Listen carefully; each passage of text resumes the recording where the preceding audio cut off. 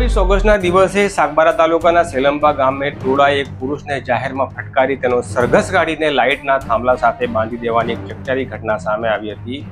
ત્યારે હવે આ ઘટનાની પુષ્ટિ કરતા વિડીયો વાયરલ થઈ રહ્યા છે, જેમાં કોણ કોણ દેખાઈ રહ્યું છે અને ભોગ બનનાર પરિવારની અત્યારે શું સ્થિતિ છે, વાત કરીશું આ વિડીયોમાં। 27 ઓગસ્ટના દિવસે નર્મદાના સાગબારા તાલુકાના સેલંબા ગામે પીએમ આવાસ યોજનામાં કેટલાક લોકો દ્વારા આ યોજનાનો ગેરલાભ ઉઠાવી પાકા મકાનો ધરાવતા લોકોને આવાસ ફાળવી દેવાયા છે અને જેમને ખરેખર જરૂર છે એવા લોકો આ યોજનાના લાભથી વંચિત છે તેવી સાગબારા તાલુકા વિકાસ અધિકારીને લેખિત ફરિયાદ કરનારા દીપક કોડી નામના જાગૃત નાગરિકને સેલંબા ગ્રામ પંચાયતના મહિલા સદસ્યની આગેવાનીમાં મહિલાઓના ટોળાએ થાંભલા સાથે બાંધીને તેને સરઘસ કાઢ્યો હતો અને તેને માર મારવાની જે ઘટના સામે આવી હતી।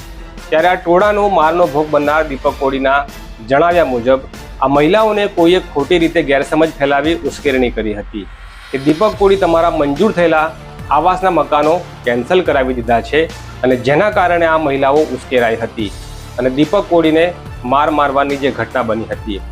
આ ઘટના બહાર આવ્યા બાદ સાગબારા પોલીસે 3 મહિલા અને એક પુરુષ સહિત 4 લોકો સામે એફઆઈઆર કરી હતી। ત્યારે હવે આ ઘટનાને અંજામ આપ્યો હોવાના વિડીયો વાયરલ થયા છે અને આ ઘટનાની પુષ્ટિ થઈ છે અને સમગ્ર હકીકત બહાર આવી છે।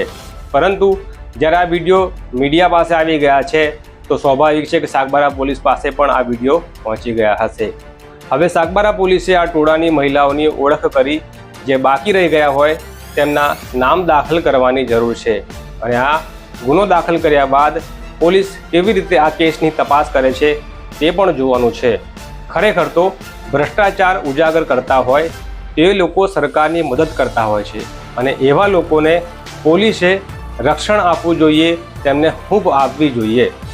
આ વિડીયોમાં સ્પષ્ટ જોઈ શકાય છે કે મહિલાઓનું એક ટોળું પુરુષને સરેઆમ જાહેરમાં બજારમાં મુક્કા મારતા લઈ જાય છે, અભદ્ર ગાળો બોલે છે, તેની સાથે અટકાયત કરી તેને લાઇટના થાંભલા સાથે બાંધીને મારતું ટોળું દેખાઈ રહ્યું છે।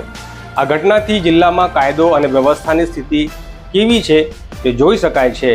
આ મુદ્દે જિલ્લા પોલીસ શું કરે છે તે પણ જોવું રહ્યું અને પોલીસે સ્થાપિત કરવું જોઈએ કે આ જિલ્લામાં કાયદો અને વ્યવસ્થા જાળવવા માટે પોલીસ અને કોર્ટ છે।